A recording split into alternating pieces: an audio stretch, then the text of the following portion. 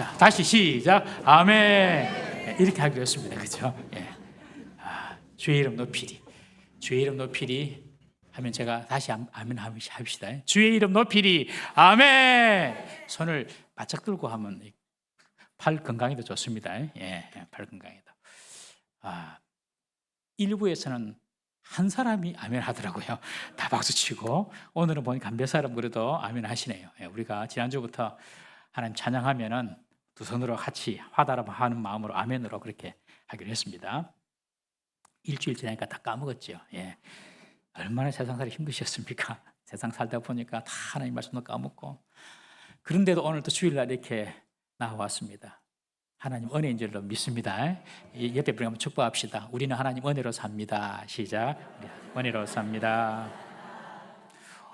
오늘 본문 말씀이 느헤미야 마지막 말씀인데 말씀 전하기가 사실 좀 부담이 되는 말씀이에요. 좀 이렇게 하나님 말씀 중에서도 그냥 쑥쑥 잘 들어오는 그런 말씀이 있고요. 또 어떤 말씀은 씹어서 먹어야 되는 좀 딱딱한 말씀도 있거든요. 오늘 말씀이 조금 어떻게 보면 좀 딱딱한 말씀일 수도 있습니다. 그래도 하나님 말씀이니까 여러분 믿음으로 잘 받으시길 바랍니다. 넥타이 좀 삐뚤하지?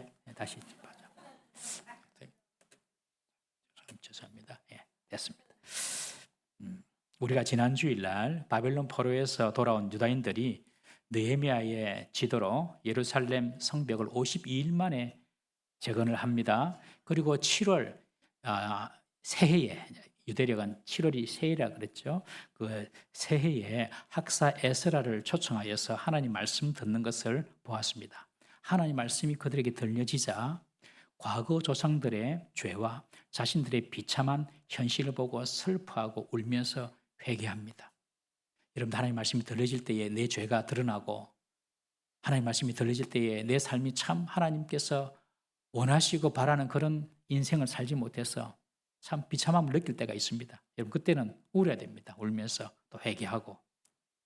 그렇지만 하나님의 약속대로 그들은 다시 70년 바벨론 포로 생활을 마치고 귀환하여서 이제 예루살렘 고국에서 새해를 맞이할 수 있었습니다. 그래서 느헤미야가 우리가 이곳에서 우리 고향으로 돌아와서 예배하고 새해를 맞을 수 있으니 감사하라, 기뻐하라 그렇게 말을 하죠. 그래서 그들은 기뻐하고 감사하면서 하나님 백성들과 함께 먹을 것을 나누고 하나님께 경배하는 그런 내용들을 우리 지난주에 살펴보았습니다.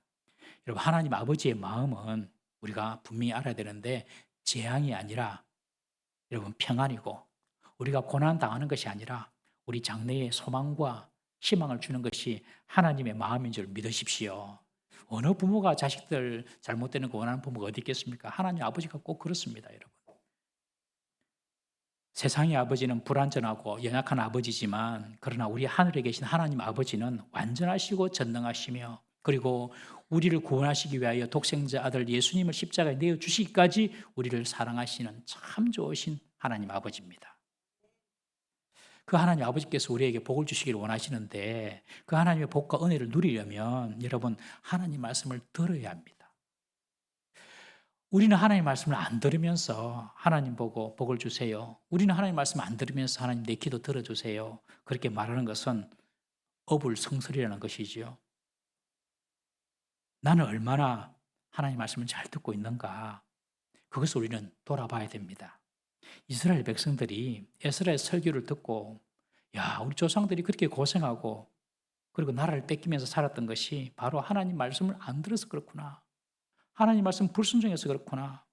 하나님과 약속을 어겨서 그렇구나. 그것을 깨달은 겁니다. 여러분 하나님 말씀을 들으면 순종하면 복이고 하나님 말씀 듣지 않고 불순종하면 멸망이고 저주다. 그것이 신명기의 말씀인데 사실 우리 듣고 싶은 말씀이 잘 아니죠. 교회 오면 맨날 하나님만 잘 믿으라 그러고 하나님 말씀 순종하면 복 받는다 그러고 하나님 말씀 순종 안 하면 저주받는다 그러고 하나님 안 믿고 사는 사람들은 잘 먹고 잘 살 것 같은데 그런 생각이 드시죠, 여러분? 그런데 하나님 백성은 절대로 그렇지 않습니다.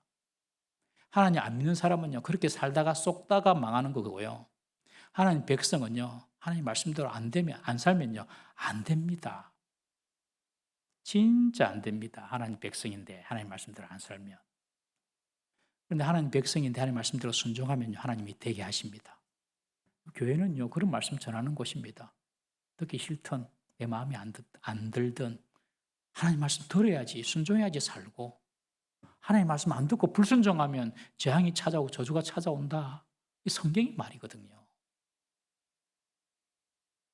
오늘 하나님 말씀 들으려고 다 오셨으니까 하나님 말씀 잘 들으시고 다 복받는 우리 교회 되기를 주의 이름으로 축복합니다. 언약을 그래서 이스라엘 백성들이 돌아와서 우리 조상들은 하나님 말씀 안 들었구나. 그래서 다시 하나님과 언약을 갱신합니다. 우리가 하나님과 언약을 맺자. 우리 조상들은 언약 불순종해가지고 망했지만은 우리가 하나님과 언약을 맺어가지고 하나님 말씀 잘 지켜서 복 받겠다. 그래서 하나님과 새로운 언약을 맺는데 그 언약을 맺은 지도자의 이름이 오늘 1절에서 27절까지 이름 쫙 기록을 하고 있고요. 그리고 그 하나님과 어떻게 그러면 언약을 맺을 것인가? 그 약속의 내용들이 28절부터 오늘 읽었던 39절까지 쭉 나와 있습니다. 그들이 하나님과의 언약을 앞으로 지키기로 결의를 하고 하나님을 철저히 지키겠다는 그 의지가 얼마나 강했는지 오늘 말씀에 보면 우리가 그 맹세를 어기면 저주를 받겠습니다. 그렇게 말할 정도로 이제 하나님과의 언약을 지키겠습니다라고 그들은 결의합니다.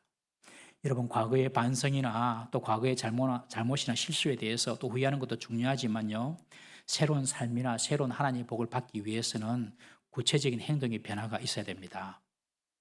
우리 인생의 새로운 역사를 주님께서 펼쳐나가시기를 원하신다면 우리의 삶에 반드시 구체적이고 실제적인 변화가 있어야 됩니다. 그러면요, 하나님의 복이 옵니다, 여러분. 그냥 후회만 하고 반성만 한다고 내 인생이 달라지는 것이 아닙니다. 구체적으로 삶이 바뀌어야 되는 것입니다. 여러분, 하나님의 새로운 은혜와 축복과 은총을 받고 싶으시지요?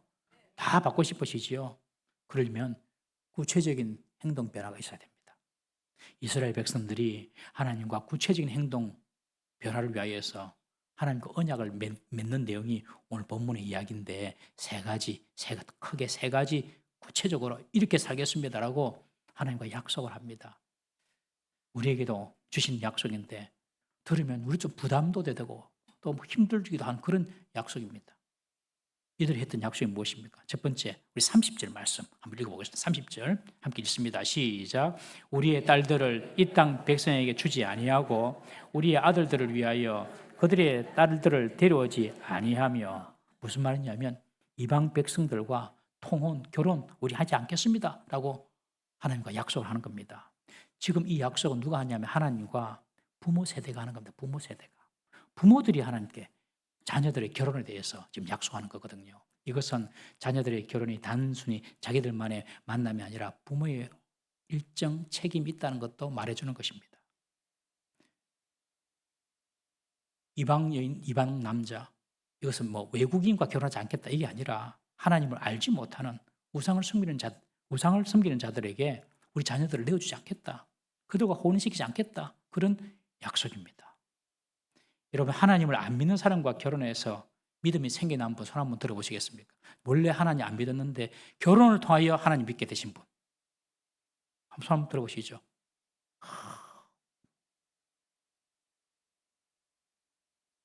쭉쭉쭉 올라오네. 쭉쭉쭉쭉. 또 서정선 권사님도 원래 결혼 전에는 안 믿었습니까? 그런데 저렇게 결혼해가 잘 믿게. 할렐루야. 우리 교회 권사님들 남편들 중에서도 하나님 안 믿다가 하나님 믿는 분들 꽤 돼요. 정말로 잘 된 거죠. 정말로 이렇게 되면 200점, 200점. 안 믿는 사람과 결혼했다가 믿게 되면 200점. 정말 잘 된 거예요. 그런데 더 많은 경우가 오히려 자신의 신앙을 잃어버리는 경우가 참 많습니다.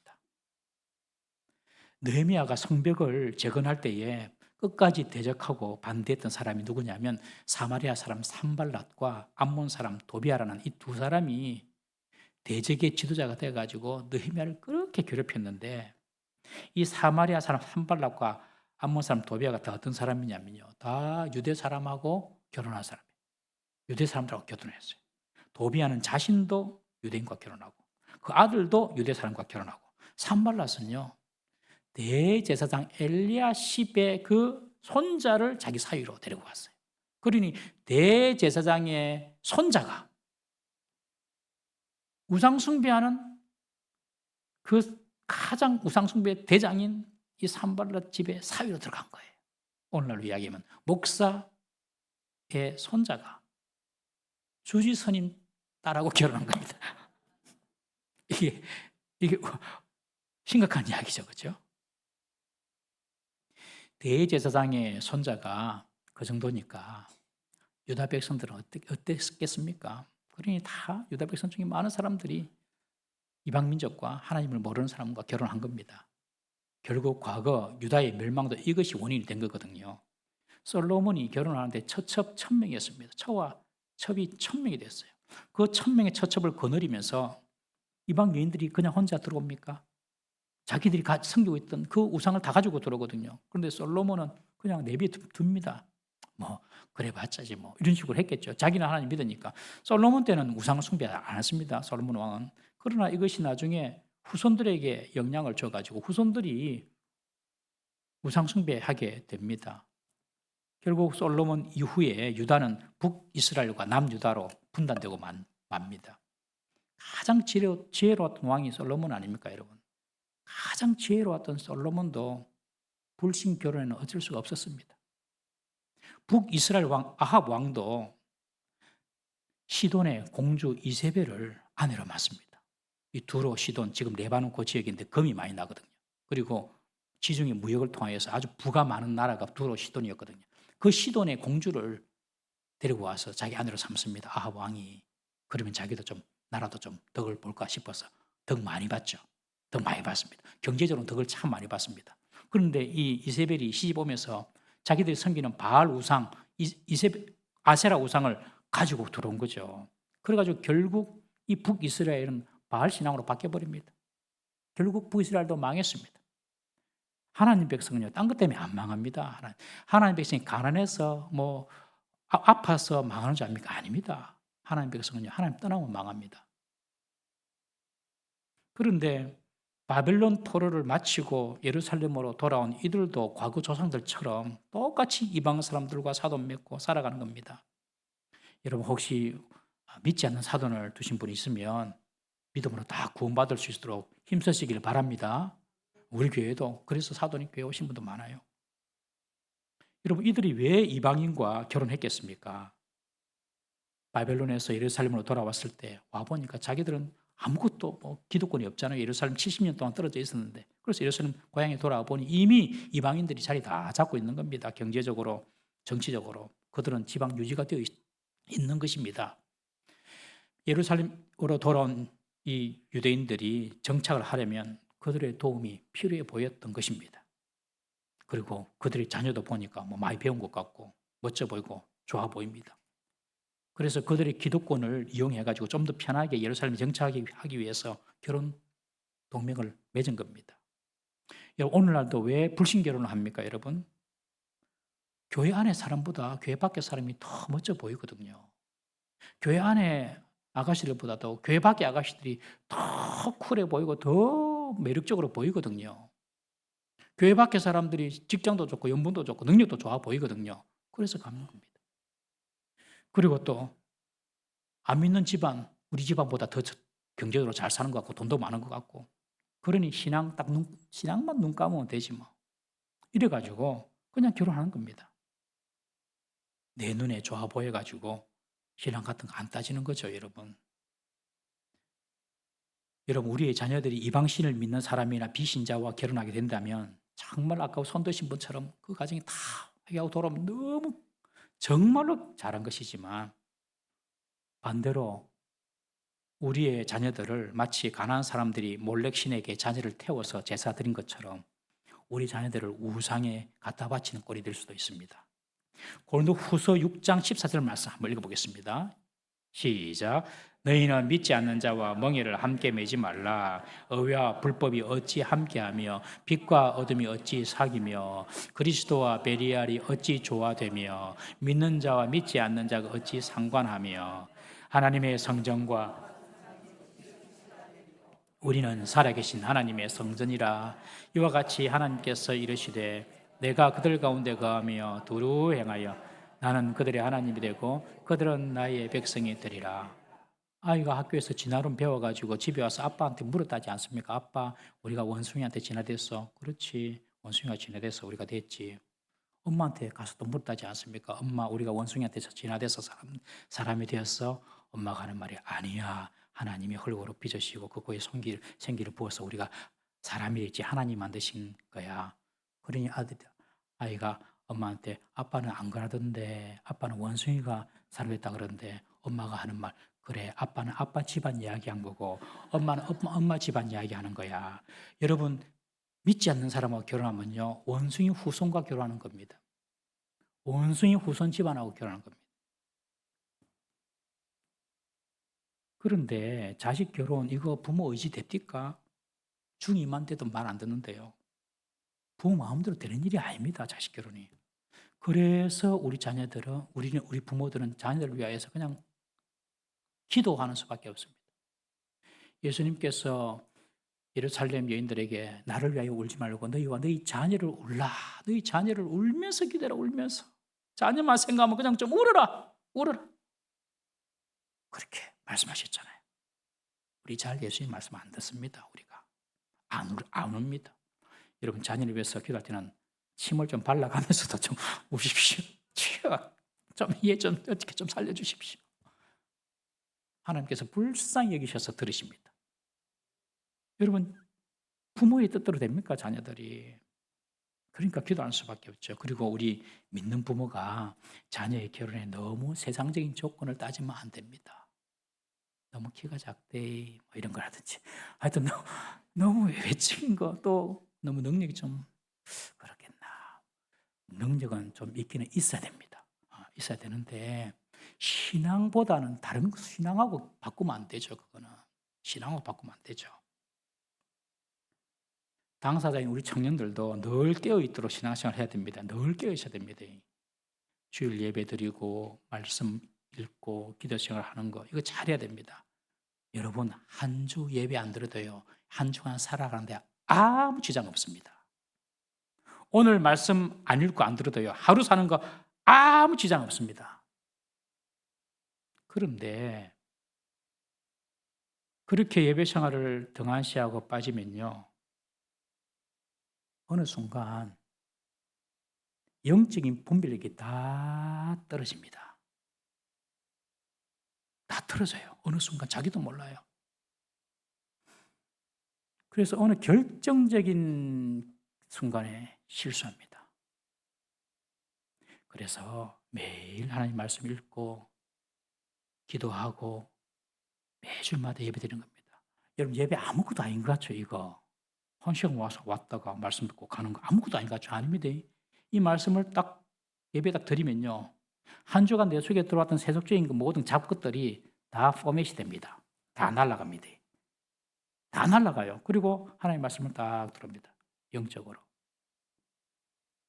그런데 예배 안 드리면요. 한 주간 있었던 모든 더러운 잡것들이 그대로 남아 있습니다. 그리고 2주 갑니다. 3주 갑니다. 그러면서 잘못된 판단하고 잘못된 선택합니다. 얼마나 이 예배가 중요한지 모릅니다. 예배에 목숨 거시기를 주의 이름으로 축복합니다. 네. 우리 당사자 청년들도 그래서 신앙생활 잘해야 됩니다.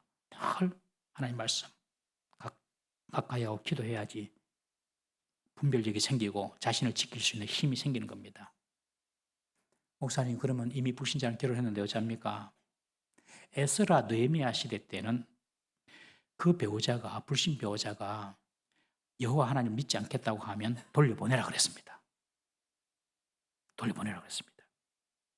그러면 우리도 집에 가서 여보 내랑 헤어지든지 개를 낳든지 하이소 일할 수 있습니까? 바울은 안 믿는 배우자가 신앙 문제를 트집 잡아서 헤어지자고 하면 헤어지라라고 합니다.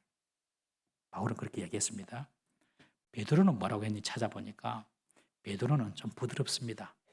베드로는 그래도 믿지 않는 자가 너희들의 착한 행실을 보고 구원받을 수도 있으니 남편에게 순종하라 그럽니다. 여러분 안 믿는 남자와 결혼했으면 순종을 통해서 하나님의 권위와 하나님의 사랑을 보여줘야 합니다. 안 믿는 여자와 결혼했으면 십자가에 죽기까지 자신을 내어주신 예수님의 십자가 사랑을 보여줘야 합니다. 남편이 아내에게 그런 사랑을 보여줘야 됩니다. 아내는 남편에게 주님께서 순종하시듯이 그 순종을 보여줘야 됩니다. 불신결혼하는 순간 결혼이 십자가가 됩니다. 그건 그렇습니다. 원래 내가 정말 믿는 사람이라면 불신하는 순간 결혼이 십자가입니다. 그럼 어쩝니까? 그 십자가를 잘 지고 가면 하나님께서 영광을 예비해 두셨습니다. 여러분, 오늘날 다음 세대, 젊은 세대가 교회에 많이 없지 않습니까? 저출산 문제, 그리고 세상의 어떤 강력한 죄의 유혹, 이런 것도 참 원인이 될 수 있지만 정말 중요한 원인 중에 하나가 불신 결혼 때문에 자녀를 믿음으로 양육하지 못하기 때문인 것입니다. 여러분, 자녀들을 신앙생활 잘하게 해서 믿음의 대가 잘 이어가게 하는 부모들 하나님께서 반드시 축복하십니다. 부모들도 축복받고 자녀들도 믿음의 대를 이어서 축복받고 여러분 그런 가정이 되기를 주님의 이름으로 축복합니다. 그러면서 이스라엘 사람들이 하나님과 새로운 언약을 맺을 때 우리 과거의 조상들은 그렇게 하지 못했지만 주님, 하나님 우리는 이방인들에게 우리의 딸들, 우리의 아들들을 주지 않겠습니다 하고 부모들이 하나님과 약속을 합니다. 두 번째 이들이 했던 하나님과 약속이 뭐냐면 안식일을 지키고 안식년을 준수하겠다는 겁니다. 31절 말씀 우리 함께 읽어보겠습니다. 31절 시작. 혹시 이 땅 백성이 안식일에 물품이나 온갖 곡물을 가져다가 팔려고 할지라도 우리가 안식일이나 성일에는 그들에게서 사지 않겠고 일곱째 해마다 땅을 쉬게 하고 모든 빚을 탐감하리라 하였고 여기까지 이방 민족과의 통혼 금지에 이어서 안식일, 안식년 규정을 언급합니다. 우리는 안식일 지키겠습니다, 하나님. 우리는 안식년 지키겠습니다. 그때 상거래하지 않겠습니다. 이게 쉬운 일이 아닙니다. 이제 예루살렘으로 귀환했습니다. 하루도 빨리 열심히 일을 해가지고 빨리 경제적인 안정을 찾아야 하는데 7째 날은 쉬라. 그리고 7년째는 농사하지 말고 땅도 쉬게 하라. 그렇게 말합니다. 땅을 쉬게 하는 것은 하나님의 창조 질서가 사람만이 아니라 모든 피조물에게 해당되는 것을 보여주는 겁니다. 그리고 형제의 빛을 탕감해주라. 이것이 상식적으로 이해가 됩니까? 믿음이 아니면 불가능한 일입니다. 이 말은 먹고 사는 일은 하나님께서 책임져 주시겠다는 뜻입니다. 하나님께서 책임져 주십니다. 주일날 예배한다고 일 안 하고 하더라도 내가 너 먹여 살려줄게. 이것은 이스라엘 공동체가 돈으로 돌아가는 사회가 아니라 하나님의 은혜와 하나님의 돌보심으로 돌아가는 사회라는 것입니다. 여러분, 우리 인생이 돈으로 돌아갑니까? 하나님의 은혜로 돌아갑니다. 하나님의 은혜가 없으면 돈이 있어도요, 그 돈 못 쓰고 갑니다. 하나님 은혜가 있어야 됩니다. 하나님 은혜. 그걸 보여주신 것이죠. 그러면 또 꼭 어떤 분들은 또 그렇게 말씀하세요. 너는 하나님이 먹여 살려준다며 그럼 네 거 나한테 좀 주라 그럽니다. 이것은 하나님의 뜻을 자기 욕심으로 채우려는 것이죠. 여러분, 형제에게 돈을 빌렸으면 갚아야 됩니다. 갚아야지 자기에게 복이 됩니다. 돈이 필요하고 은혜가 필요하면 먼저 사람 찾지 말고 하나님께 구해야 됩니다. 내가 저 사람한테 좀 잘 보이고 저 사람이 좀 도움받으면 뭐 되지 않을까? 다 그거 소용없습니다. 먼저 하나님을 찾아야 됩니다. 그러면 하나님께서 이 사람 통하여서 역사하시는 겁니다. 지금 예루살렘으로 돌아온 이 귀한 민들에게 경제적인 안정이 무엇보다도 최우선 과제처럼 보입니다. 빨리 일을 해가지고 빨리 경제적으로 안정해야지 다른 삶의 안정도 이루어질 것 같습니다. 여러분, 경제적인 안정만 되면 다른 삶의 안정이 될 것이다. 착각하지 마세요. 그거 속는 겁니다, 여러분. 삶의 안정은요, 하나님이 만들어 주십니다. 하나님이. 이 문제 해결되면요, 전 문제에서 문제 터질 수도 있다니까요, 여러분. 그러니 하나님께서 지금 그들에게 예루살렘으로 돌아온 그들에게 경제적 안정이 우선처럼 보이는 그들에게 그렇지 않다. 주일에는 하나님께 예배하라. 예배가 먼저 우선이다. 그리고 하나님 말씀에 순종하는 것이 우선이다. 그러면 내가 책임져 줄게. 그렇게 약속하시는 거죠. 그래서 안식일을 지키겠습니다. 안식일을 지키겠습니다. 하나님 말씀에 순종하겠습니다. 하고 하나님과 언약을 맺는 겁니다. 세 번째 언약이 있는데 그것이 뭐냐 마지막인데 성전 예배의 회복을 위하여 재정적인 헌신을 약속합니다. 우리 32절 말씀 한번 보겠습니다. 32절 시작. 우리가 또 스스로 규례를 정하기를 해마다 각기 세겔의 3분의 1을 수납하여 하나님의 전을 위하여 쓰게 하되 성전 제사를 유지하기 위해서는 필요한 재정이 있지 않습니까? 그 재정적인 헌신을 내가 하겠다. 우리가 하겠습니다 하고 약속하는 겁니다. 하나님 앞에. 먼저 매년 3분의 1 세겔의 성전세를 납부하겠습니다. 그래서 성전 봉사 비용을 충당하겠습니다 하고 하나님과 약속합니다. 지금도 이스라엘은 세겔이라는 돈 단위를 쓰고 있거든요. 당시 1세겔은 언화 1세겔은 일반 노동자 4일 품삯 몸값 4일 품삯이라면 4일 품삯 은 30원 노동 한 노예를 살 수 있는 돈이고요. 한 세겔은 4일 품삯. 그러니 매년 하루의 품삯보다 좀 못하게 성전세를 드리는 거죠. 3분의 1 세겔을 드리라고 하니까. 그렇게 부담되는 것은 아닙니다. 모세 시대 때는 20세 이상은 성전세를 반 세겔 2분의 1을 내라고 했습니다. 근데 지금은 3분의 1로 좀 줄었습니다. 왜냐하면 이제 예루살렘으로 돌아오는 사람들이 살아가는 경제적인 어려움이 있다는 것을 알기 때문에 그렇게 정한 것 같습니다. 이것은 누구든지 하나님 앞에 나아가는 자는 반드시 작게라도 하나님께 헌신해라. 성전의 운영이나 제사는 능력 있는 몇몇 사람에 의해서 이루어지는 것이 아니라 작은 부분일지라도 온 사람들의 마음이 합하여서 주님의 성전은 이루어진다는 것을 보여주는 겁니다. 그래서 세겔의 3분의 1 하루 품삯 좀 잘 안 되는 거 그거 1년 성전세로 드리라. 그렇게 말씀드리고 약속했죠. 그리고 이어서 첫 열매를 드리기로 언약합니다. 33절에 보면 해마다 토지 소산의 맛물과 과목의 첫 열매 그리고 가축의 초태생을 처음 난 것을 성전에 바치는 겁니다. 첫 열매를 드리는 것은 수확을 준 땅의 소유권이 하나님께 있음을 인정하는 것입니다. 내가 이 땅에서 이만큼 수확을 얻었는데 첫 수확을 얻었는데 이 땅도 하나님 것이고 이 땅을 통치하시고 다스리는 분도 하나님이십니다 라는 하나님의 주권에 대한 인정, 그것이 첫 소산물을 하나님께 드리는 거거든요. 오늘날 우리가 경제활동하는 직장 그리고 사업 이 모든 소유주 우리가 아니라 하나님입니다. 그리고 하나님께서 그 모든 것을 통치하시고 다스리십니다. 거기에 대한 믿음의 고백으로 첫 소산을 드리는 겁니다. 가축과 사람의 초태성에 대한 규례는요, 출애굽 사건 즉 애굽의 장자 재앙과 관계가 됩니다. 이스라엘이 장자 재앙을 면했죠.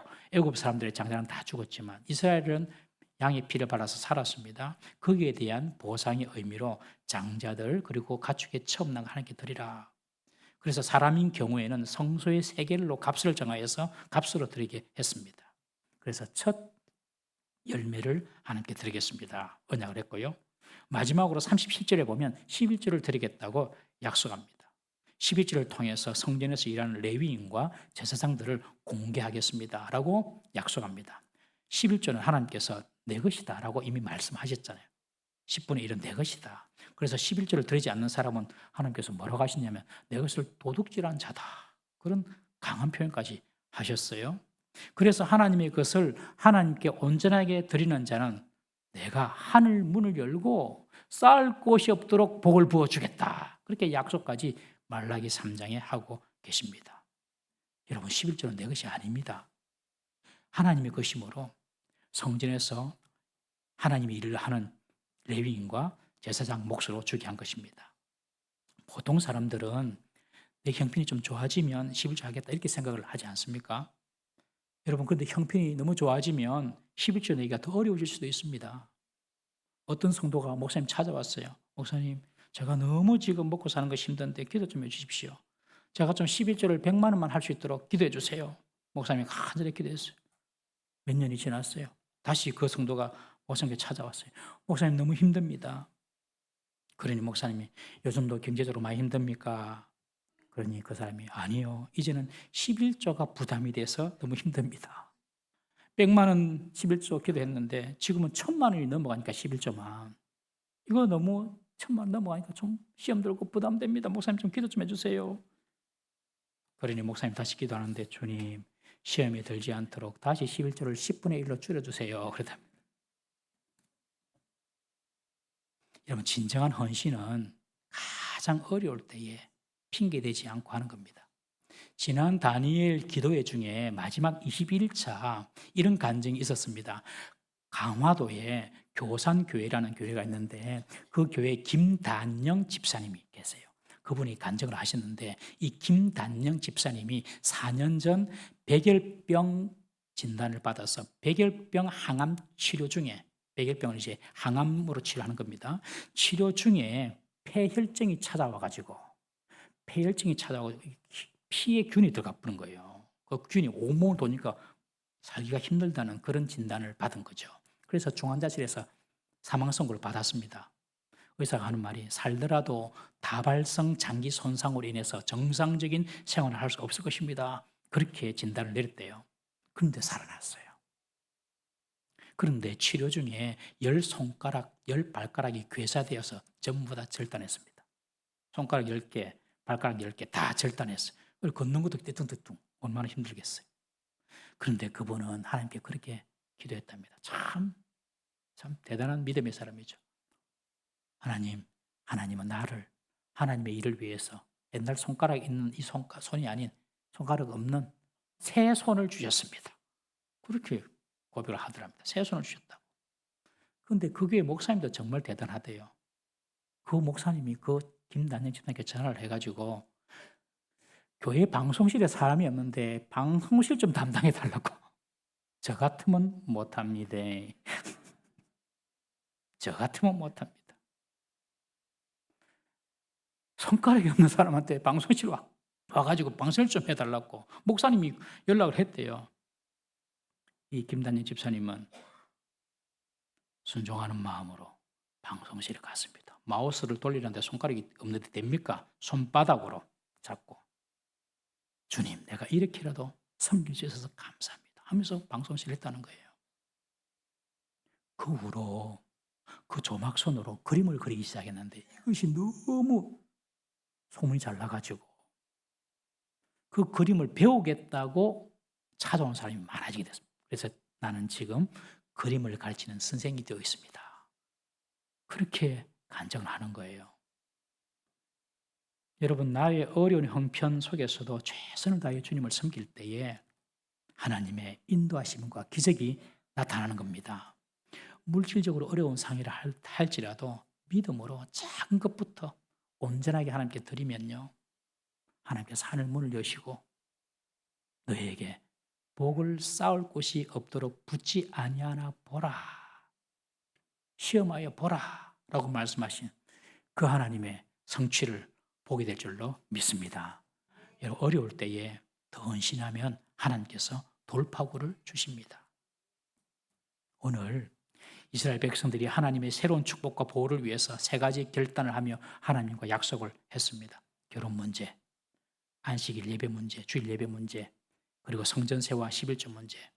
결혼은요, 가정의 신앙을 지키는 것이고, 안식일 주일 문제는요, 나의 시간 사용에 대한 헌신이며, 11조 문제는 나의 물질에 대한 헌신의 문제입니다.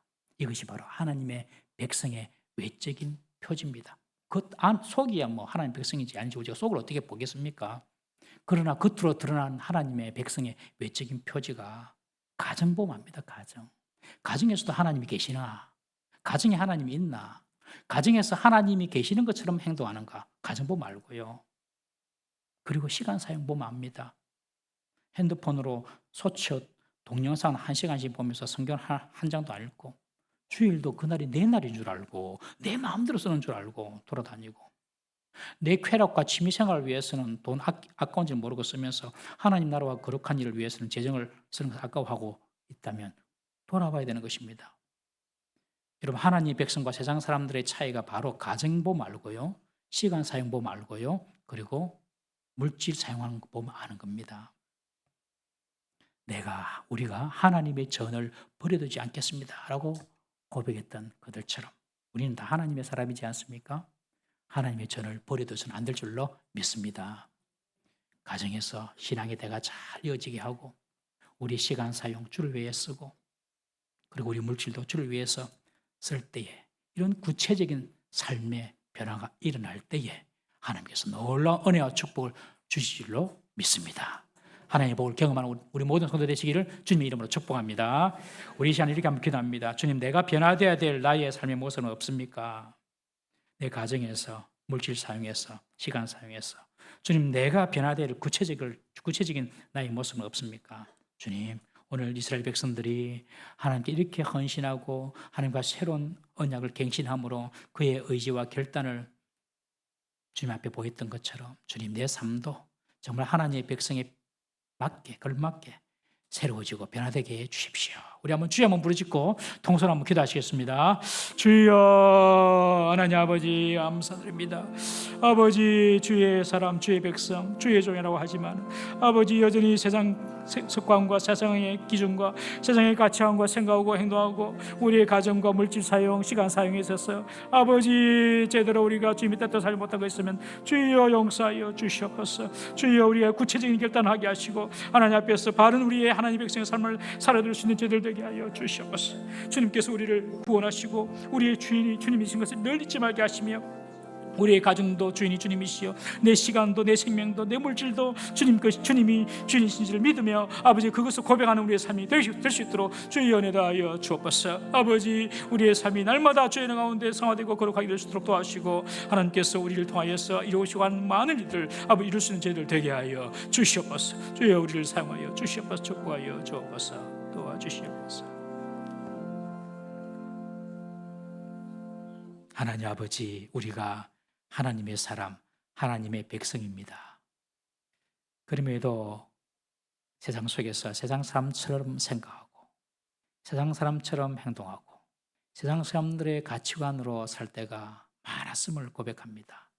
오늘 하나님 앞에서 새롭게 결단하고 새롭게 언약을 맺는 이 이스라엘 백성들처럼 주님, 우리의 삶에 이런 구체적인 하나님의 백성의 표지가 나타날 수 있도록 주님, 우리를 축복하시고 우리의 용기와 은혜를 더하여 주옵소서.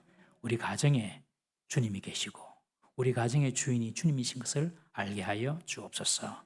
내 시간과 내 물질도 주님의 것인 것을 인정하고 주님의 영광을 위하여, 주님의 나라를 위하여 우리가 시간도 물질도 사용할 수 있는 저희들 되게 하여 주옵소서. 예수님의 이름으로 기도드리옵나이다. 아멘.